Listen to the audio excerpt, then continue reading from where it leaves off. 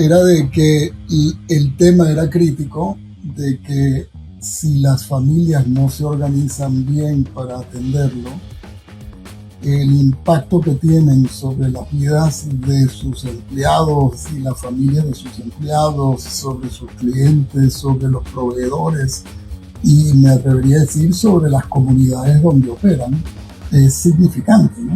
¿Por qué si planear la continuidad es tan obvio? ¿Por qué tan pocas personas lo hacen? O sea, ¿cuáles son los elementos que conspiran en que este tema tan fundamental para la continuidad de estas empresas se dé?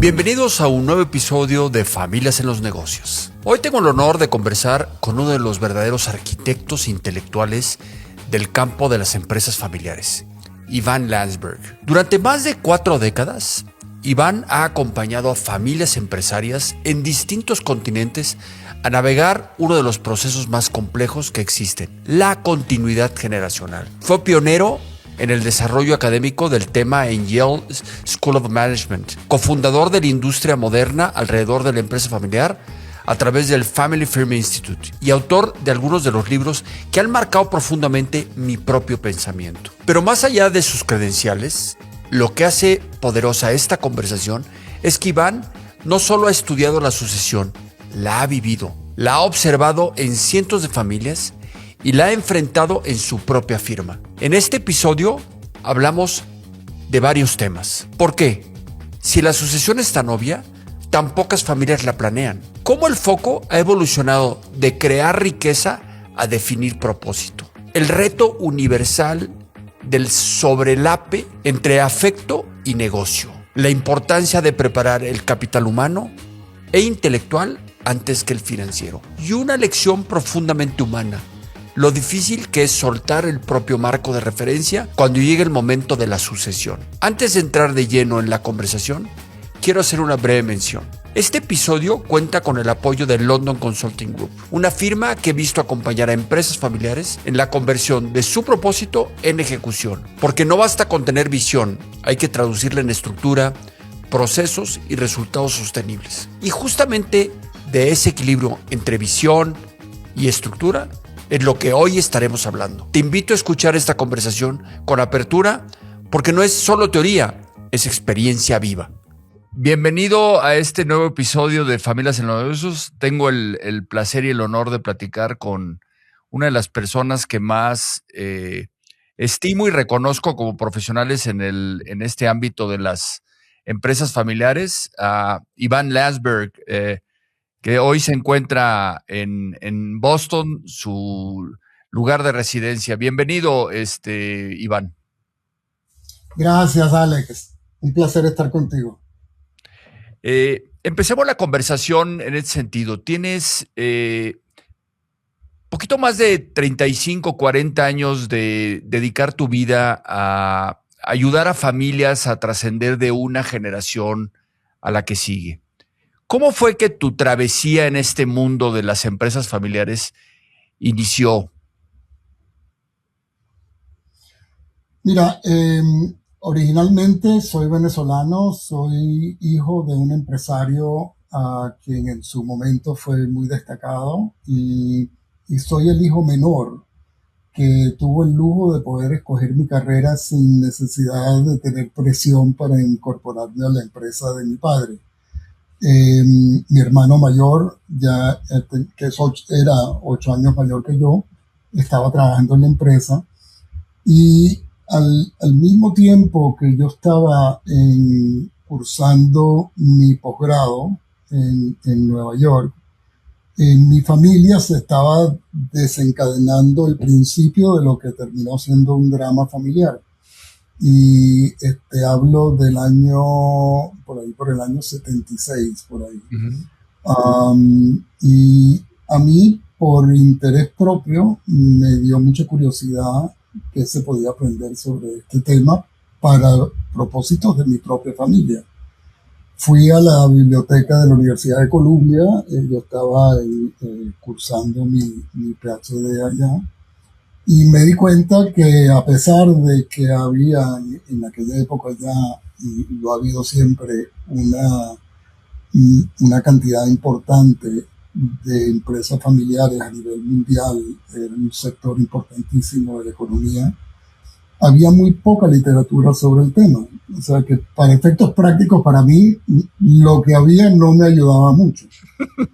Y lo que sí se sabía era de que el tema era crítico, de que si las familias no se organizan bien para atenderlo, el impacto que tienen sobre las vidas de sus empleados y las familias de sus empleados, sobre sus clientes, sobre los proveedores y me atrevería a decir sobre las comunidades donde operan, es significante, ¿no? Y yo lo estaba viviendo personalmente en el contexto de mi familia.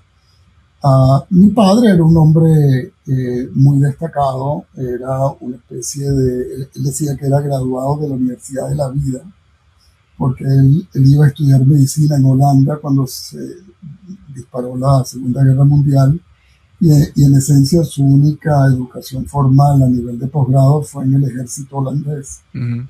Um, pero siempre fue muy académico y el lado académico mío yo creo que en buena parte fue mentoreado por el amor de las ideas, el amor del entender, digamos, las tradiciones intelectuales que configuran esta área del management y sobre todo del estudio de la psicología, de la aplicación de ciencias del comportamiento, todo lo que tiene que ver con organizar personas, ¿verdad? Ujú. Entonces, a mí me interesó mucho el tema cuando terminé mi posgrado. Inclusive mi plan original era regresar a Venezuela e incorporarme a un instituto que es parecido al TEC mexicano, Ujú. que se llama IESA, que fue formado en los 60 por en parte con una combinación de esfuerzos por las petroleras Ujú.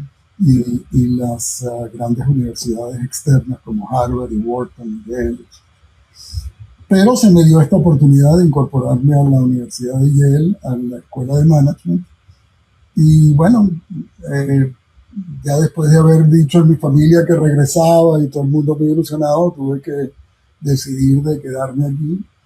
Y en realidad es una de esas decisiones que te cambia la vida por completo, ¿no? Al incorporarme a la Universidad de Yale fue, bueno, primero me creó mucha ansiedad al principio porque yo tenía 27 años y sentía que tenía yo que enseñarle a nadie, ¿no? Ujú. Pero fue una gran escuela, o sea, fue una continuidad de mi posgrado porque mis compañeros, los otros profesores que incorporaban la facultad, eran las personas que yo había estudiado cuando estaba en la universidad. Entonces era un lujo en realidad tenerlos como colegas, ¿no? Qué maravilla. Y en fin, y por ahí me tracé una idea digamos, abrir una brecha en todo el estudio de la empresa familiar. Cuando llegué a Yale, creé un pequeño consorcio de empresas relacionadas con Yale, que hay muchas, grandes empresas importantes.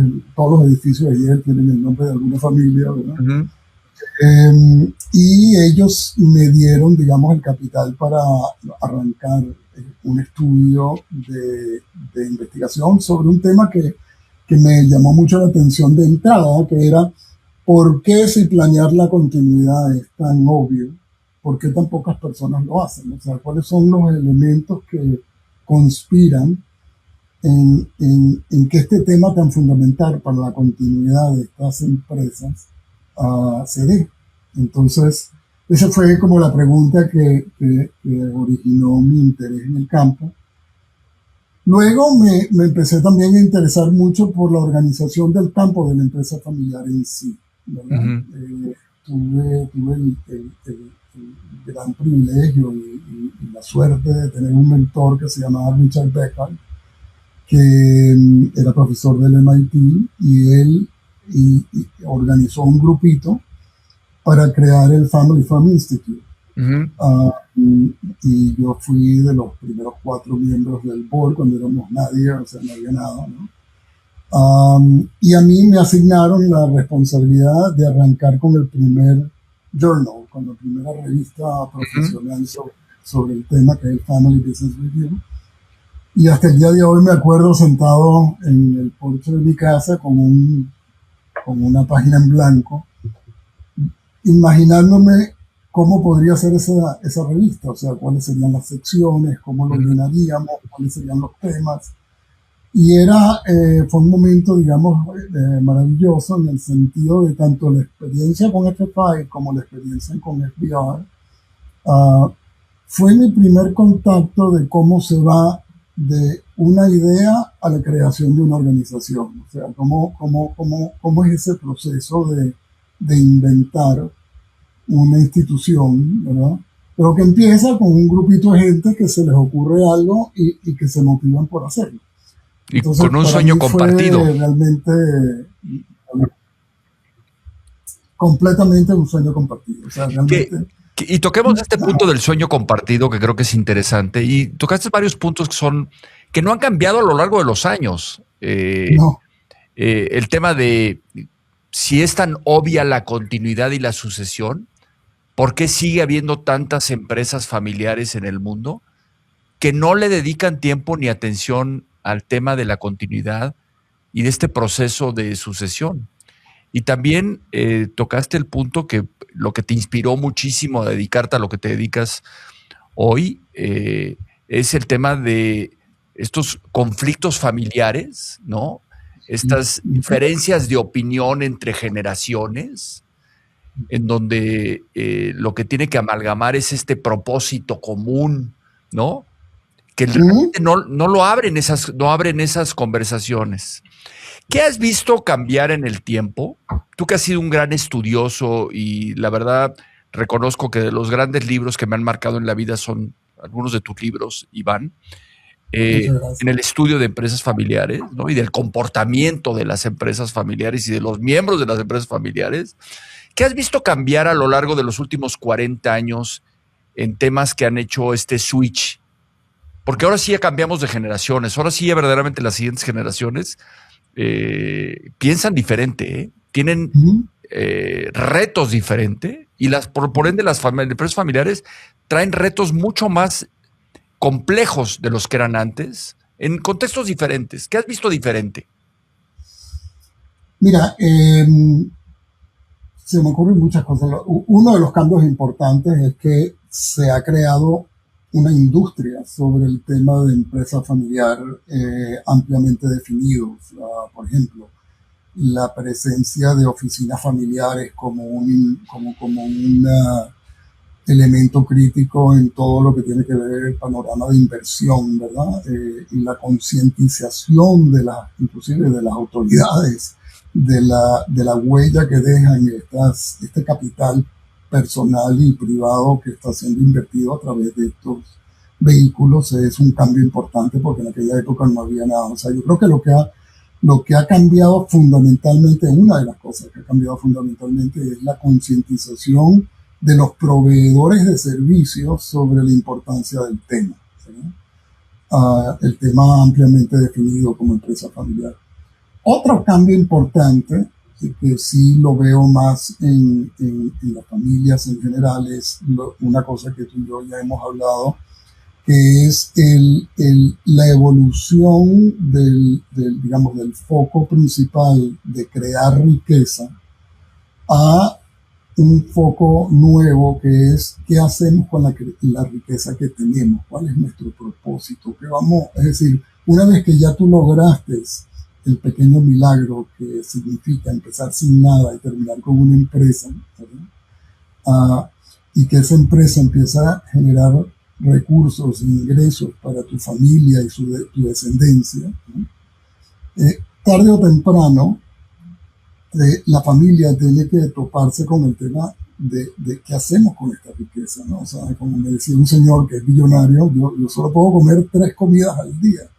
Entonces, una vez que cruzas esa barrera y empiezas a enriquecerte seriamente, ¿verdad? Entonces, el gran nuevo reto que tienen estas familias por delante es tratar de definir un nuevo norte y un norte que sea compartido por todos, ¿verdad? Porque parte del propósito de una empresa familiar es precisamente crear una plataforma de colaboración dentro de la familia que le dé significado no solo a los activos, pero a la familia en sí, ¿verdad? Entonces, una de las grandes oportunidades que una familia empresaria tiene es encontrar ese propósito y crear una comunidad de propietarios, de accionistas, que tenga una razón de ser que vaya más allá que solo el vínculo familiar. No que el vínculo familiar en sí no sea importante, claro que lo es, pero O que tengan, esto, exacto, o que tengan un propósito más allá de crear riqueza económica. Es un propósito tal cual. realmente que trascienda generaciones, porque la verdad, el día que nos vayamos de este mundo no nos vamos a llevar nada. Y Claro, vamos a tener que haber dejado algo y básicamente pues esa es esta palabra de legado. Sin embargo, ha habido muchos cambios, cambios de comportamiento entre generaciones.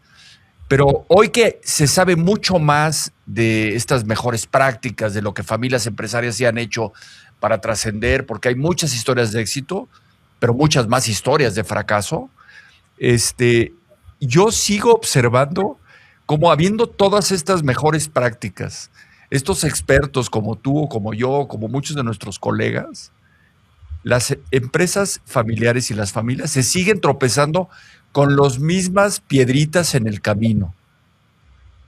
¿Cómo evaden estas conversaciones o apertura de conversaciones alrededor? ¿Cómo de repente no quieren poner procesos ni estructuras por temor a perder control? O sea, aunque hay mucha práctica y muchas historias de éxito, se siguen tropezando. ¿Por qué crees que es esto? ¿Es un tema de naturaleza humana? en parte sí, en parte yo creo que es un tema de naturaleza humana, en parte también es que los retos que vienen con una empresa familiar son genéricos, es decir, cada cultura y cada familia tiene que encontrar su manera de torearlos, pero todas las empresas tienen que lidiar con los temas de continuidad, con los temas de empleo, con los temas del sobrelape entre el mundo afectivo de una familia y el mundo comercial de una empresa, ¿verdad? Ese sobrelape es genérico de tener una empresa familiar y no importa si tienes cuatro chivos y tienes una empresita en el desierto del Kalahari, ¿verdad? O tienes una empresa billonaria, el tema de cómo vas a repartir tus activos en la próxima generación, a quién le vas a dar a qué, hay una temática de justicia que es, digamos, genérica del campo de la empresa familiar, ¿verdad? Y se topan temas de profesionalismo, temas de cariño y afecto, es decir, ese híbrido que si se gestiona bien es una de las fuentes del gran, digamos, impulso de una empresa familiar. Cuando no se gestionan bien, pueden descarrilar cualquier iniciativa colectiva dentro de una familia, ¿verdad?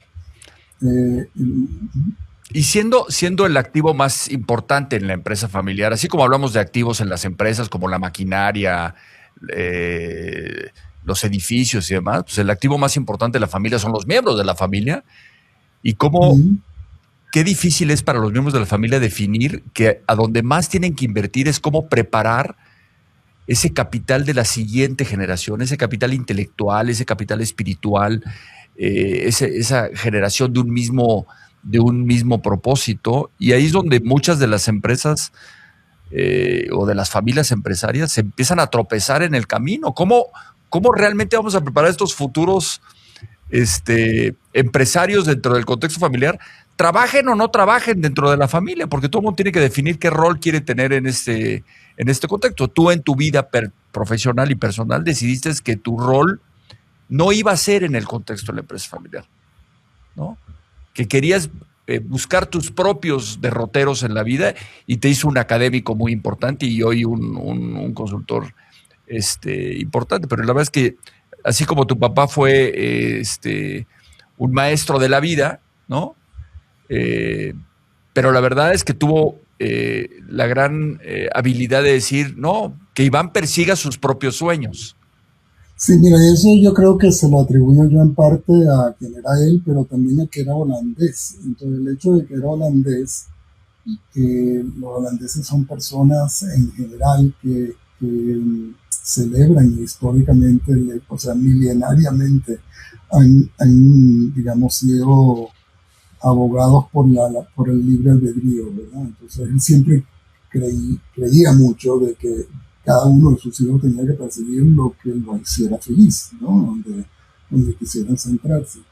Y, y mi manera de crear mi propio híbrido fue acercarme a la empresa familiar intelectualmente, para decirlo así, no meterme dentro, ¿verdad?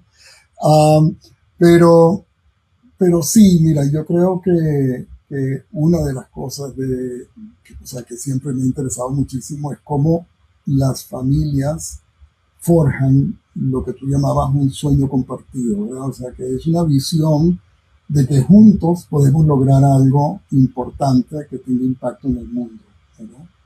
Um, y empiezan con comportamientos muy sencillos, o sea, el tipo de entusiasmo, por ejemplo, que los padres que están envueltos con la empresa, cuando los hijos aún están pequeños, le comunican a sus hijos sobre su trabajo en sí. Hay padres que llegan a la casa y lo que hacen es quejarse de su día de trabajo. Hay otros padres que llegan entusiasmados a compartir lo que lograron, el nuevo producto, involucran a los hijos para que den las opiniones. Entonces hay toda una distribución dentro del ámbito de la familia empresaria de cómo estas aspiraciones se transmiten de una generación a otra, y hay mejores y peores maneras de hacerlo, y eso tiene a su vez un impacto en el entusiasmo con que los hijos se acerquen o no a la actividad que los padres han creado, ¿no?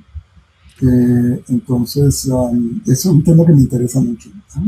Fíjate que me comentaste una cosa de este tema de cómo vas generando esta pasión en la siguiente generación, en tu misma práctica profesional. Así, Y hace 2 o 3 días que conversábamos tú y yo, te preguntaba yo que cómo habías ilusionado a tus hijos que se dedican a otras cosas en tu pasión, que es este tema del comportamiento de las empresas familiares.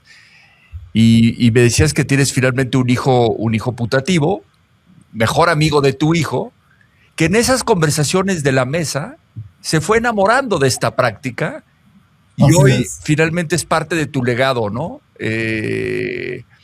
Generar esta continuidad en el tiempo a través de una tercera persona, que no necesariamente es miembro de tu familia, pero que tú lo has hecho como si fuera miembro de tu familia, con el que Tal acabas de cual. escribir, por cierto, un libro súper interesante de cómo enfrentan los retos las empresas familiares en lugares de grandes tensiones en el mundo.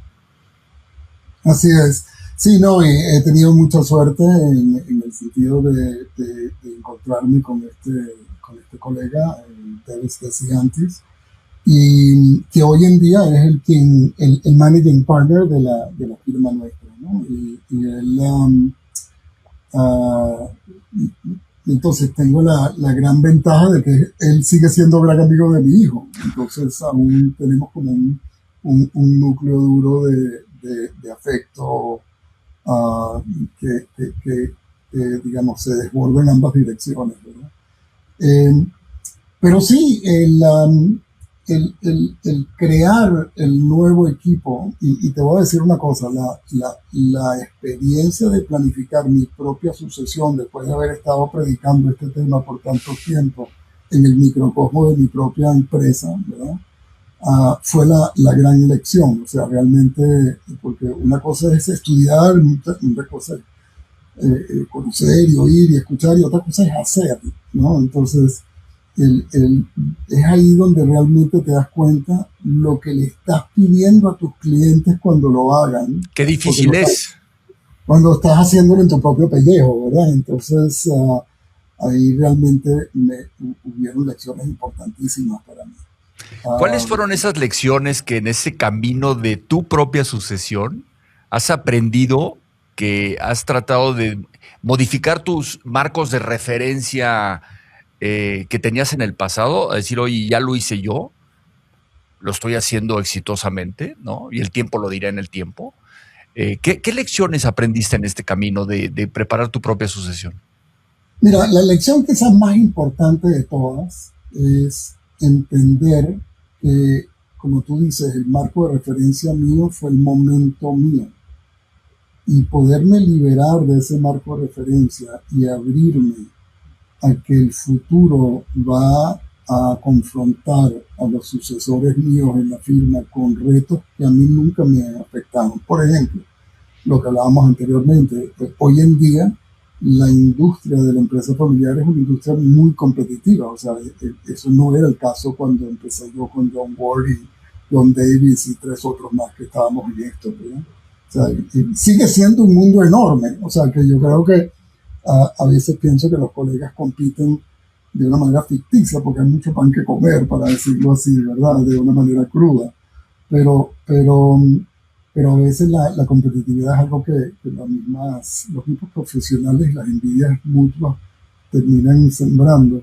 Y si hay algo que aprendí de John Ward, es que él tenía su firma, yo tenía la mía, pero fue una de las grandes, digamos, colaboraciones que he tenido el privilegio de tener en mi vida. O sea, yo pasé más horas con John Ward en un salón por 35 años que he pasado con mis socios en la firma. O sea, que éramos como una especie de grupo de jazz. Bueno, tú lo viviste, donde podíamos completarnos las oraciones mutuamente, ¿no? Cuando estábamos en el proceso de dar clases. Pero entonces, una lección importante, volviendo a tu pregunta, es cómo abrir espacio para que la nueva visión de la firma que hoy en día existe sea forjada por las aspiraciones y realidades de entorno de la generación que va a tener que vivir con las consecuencias de lo que se decida. Y desprenderme de los supuestos que me guiaban a mí, ¿no? Entonces, sin abandonar digamos, la responsabilidad moral porque los valores de la firma se mantengan, porque el compromiso con la excelencia se mantenga, con el compromiso con hacer lo que necesitamos para generar nuevas ideas se mantenga, la curiosidad por la empresa familiar se mantenga, ¿verdad? Y la pasión por digamos, animal tan peculiar que es la empresa familiar, sea integral al DNA de la familia, de la familia empresarial nuestra. En fin, esa fue una gran lección, porque desprenderse de esos supuestos no es fácil. Claro. Y es interesantísimo, por ejemplo, 1000 conversaciones tuve yo con Kellen Gersig de que no queríamos crecer más de lo que queríamos nosotros crecer. Ok. Y a propósito nos mantuvimos pequeños, o sea, queríamos ser un boutique, literalmente. ¿No? ¿Por qué? Porque ni él ni yo queríamos lidiar con todos los dolores de cabeza que vienen con una administración más grande, de más personas, con todos los riesgos que vienen con eso, con que vaya a afectar la calidad del servicio que se dé, en fin, ¿no? Entonces preferíamos tener un grupito duro de personas en que teníamos alta confianza que expandernos. Pero resulta que hoy en día, para poder competir, necesitas un equipo más grande, ¿verdad? Entonces, lo que ha logrado Devin es crear la infraestructura que haga ese equipo posible. Y si te metes en la página web de la compañía hoy en día, verás que hay un equipo global. O sea, tenemos gente en Dubái, en Israel, en Singapur, en Latinoamérica, en múltiples lugares, y obviamente en Canadá y en Estados Unidos, o sea, y en Europa.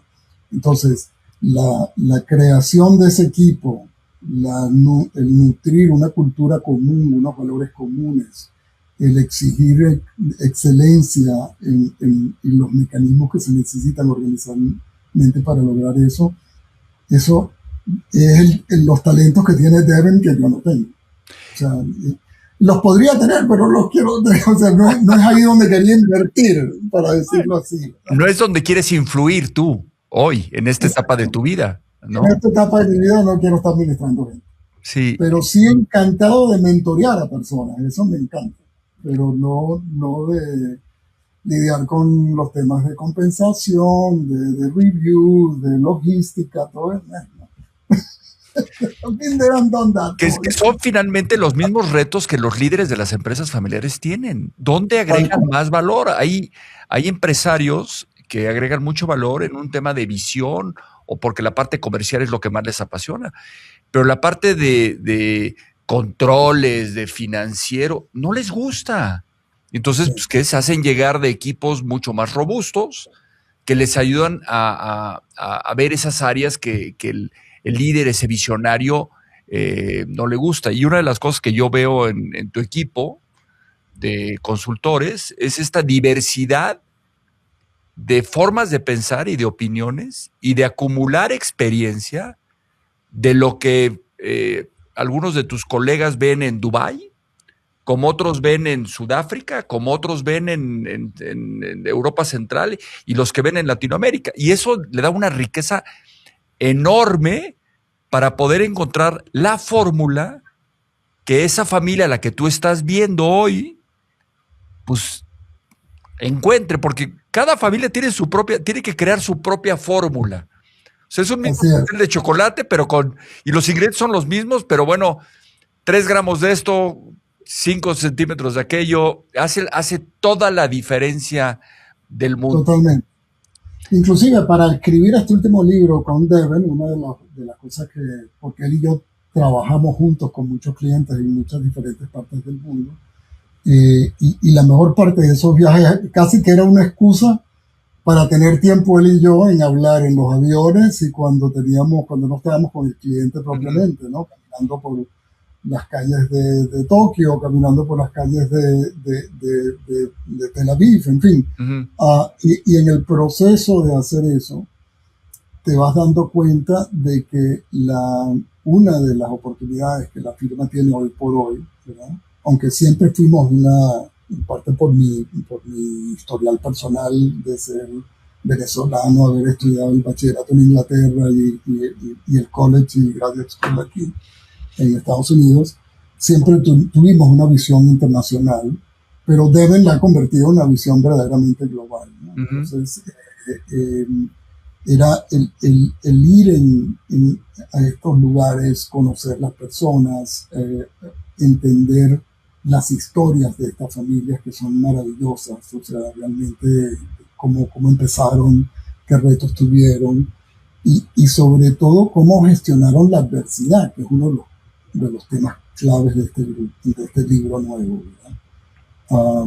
En fin, eso ha enriquecido personalmente, me ha enriquecido mucho en el sentido intelectual, pero a la vez ha enriquecido mucho a la firma, porque cuando nos reunimos, que lo hacemos con ciertas 4 veces al año, que es una inversión importantísima, porque tenemos que volar todo el mundo para el mismo lugar, ¿no? Pero ahí debatimos casos que pueden ser casos en Singapur, ¿no? Y entonces tienes la oportunidad de oír el abanico de opiniones y perspectivas que todo el grupo provee. Y eso, o sea, digamos, la riqueza de posibles soluciones que se le pueden traer a un cliente empapadas digamos, de esa vivencia global, yo pienso personalmente que es una de las verdaderas contribuciones que Devin ha creado, pero también donde el secreto de la competitividad de la firma futuro va a venir. Claro. Porque las firmas tienen ese privilegio. Y la verdad, y soportadas por evidencia del campo, de la vivencia personal de miles y miles de familias que ustedes como consultores ven.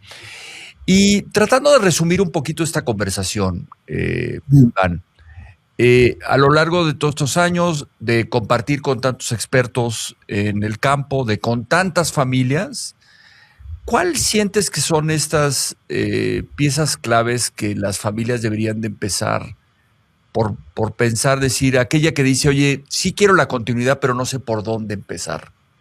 ¿Qué has visto como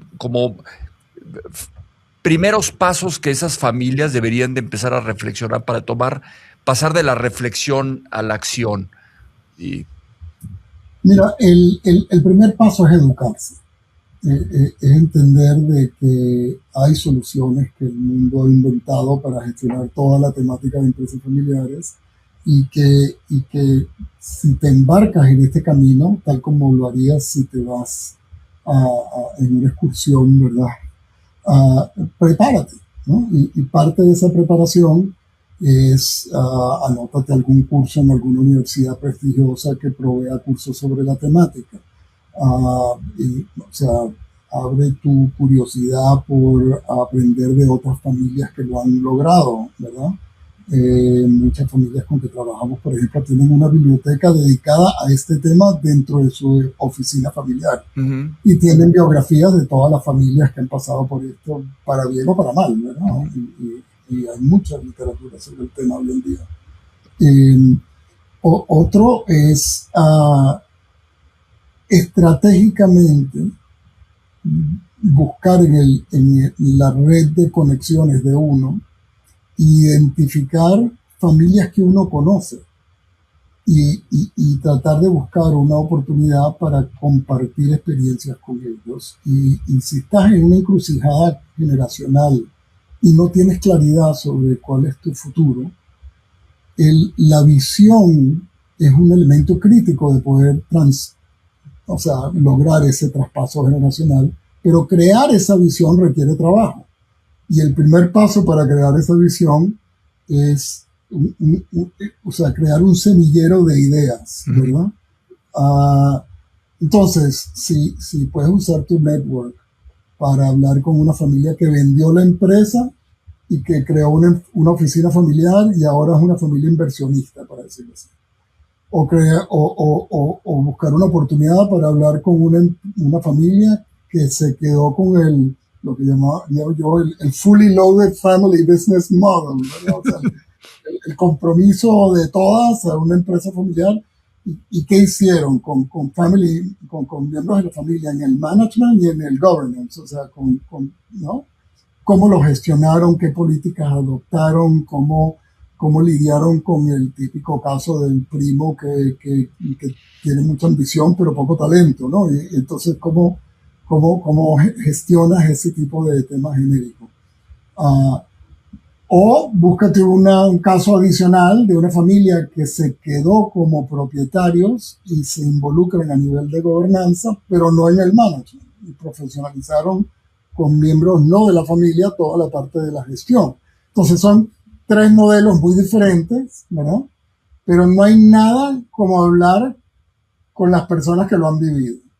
Y hay Claro. investigación que sugiere que ese, de hecho, es el mecanismo más adecuado para los seres humanos, escoger un futuro con quien van a estar satisfechos al final del día. Es decir, hay un profesor de Harvard que estudia este proceso, Daniel Gilbert se llama él, Ujú. y él habla sobre precisamente lo que llama surrogation, es decir, buscarte modelos allá afuera de posibles futuros, habla con ellos y será tu mejor ventana al futuro. Y tratando de concluir un poquito lo que decías, y también que las familias se atrevan a abrir estas conversaciones. Que si, oye, Muy importante. ¿cuántas veces yo les he preguntado a familias con las que tengo el privilegio de trabajar y les digo, oigan, ¿y verdaderamente conoces lo que tu hijo quiere? ¿O lo que tu esposa piensa? Y me dice, claro, le digo, articúlamelo. Y no te lo saben decir, porque no abren estas conversaciones por miedo al outcome de la conversación, escuchar cosas que no quieren, ¿no? Entonces terminamos con un gran reto en las empresas familiares, es decir, oye, el gran tema es probablemente de comunicación, ¿no? Porque realmente ninguna escuela de negocios y de la escuela que tú hayas estado, que yo he estado, nos enseñan a escuchar y a conversar, Así es. ¿no? Entonces yo te diré Tienes, que uno de los grandes retos de las familias. tienes toda la razón. Yo creo que y eso diría yo que es una de las grandes diferencias entre familias que gestionan estos cambios bien y las que no lo hacen bien. Las que lo hacen bien han creado el entorno familiar y la capacidad verbal de poder hablar con claridad y poder escuchar, sobre todo, que es lo que más cuesta, las aspiraciones de cada quien, las inquietudes de cada quien, y así ir forjándose como equipo, ¿verdad? Porque el gran reto es crear un equipo de la familia. Ese es uno de los elementos más importantes. Y sin comunicación no hay nada. Sí, y un equipo que trascienda los tiempos, porque el Así día es. que el fundador o la fundadora no estén, pues las cosas sigan en el tiempo con este mismo propósito y visión que se forjó y que se platicó y que se articuló en conjunto.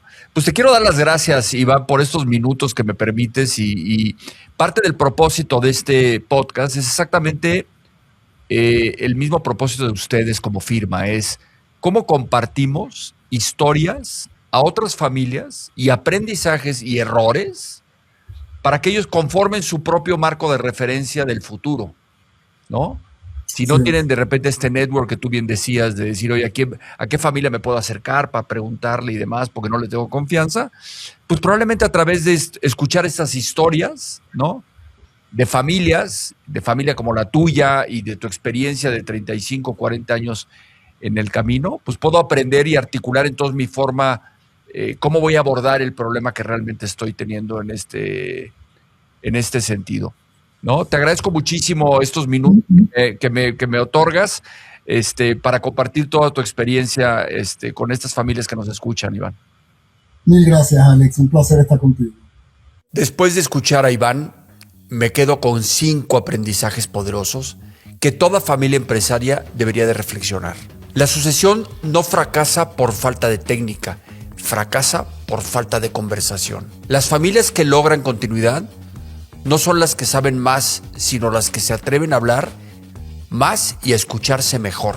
Segundo, el propósito es el nuevo eje estratégico. Durante décadas el objetivo fue crear riqueza. Hoy, la gran pregunta es otra. ¿Para qué existe nuestra riqueza? ¿Y qué impacto queremos dejar cuando ya no estemos? Tercero, el activo más importante no es la empresa, son los miembros de la familia. Invertimos normalmente en maquinaria, en expansión, en tecnología, pero pocas veces invertimos sistemáticamente en el capital humano, intelectual y espiritual de la siguiente generación. Cuarto, no hay modelo perfecto, pero sí hay preparación posible. Family Office, propietarios activos, management profesional. Lo irresponsable no es elegir uno u otro. Lo irresponsable es no informarse antes de decidir. Y quinto, la sucesión empieza cuando el líder entiende que el futuro no le pertenece. Soltar el propio marco mental para permitir que la siguiente generación construya el suyo. No es debilidad, es madurez. Quiero agradecer nuevamente a London Consulting Group que apoya este episodio donde reflexionamos sobre cómo convertir visión en sistemas y sistemas en continuidad, porque la continuidad no ocurre por accidente, se diseña. Si esta conversación resonó contigo, te invito a hacerte una pregunta incómoda. ¿Qué conversación estás postergando en tu familia? Suscríbete al canal de YouTube, sígueme en Spotify y si algo de lo que escuchaste hoy te movió, te incomodó o te abrió una nueva pregunta, escríbeme. Este espacio no es solo para escuchar historias, es para iniciar conversaciones que pueden cambiar el destino de una familia empresaria. Y recuerda, las empresas familiares no fracasan por falta de riqueza, fracasan cuando dejan de construir un propósito compartido que las trascienda. Nos vemos en el próximo episodio de Familias en los Negocios.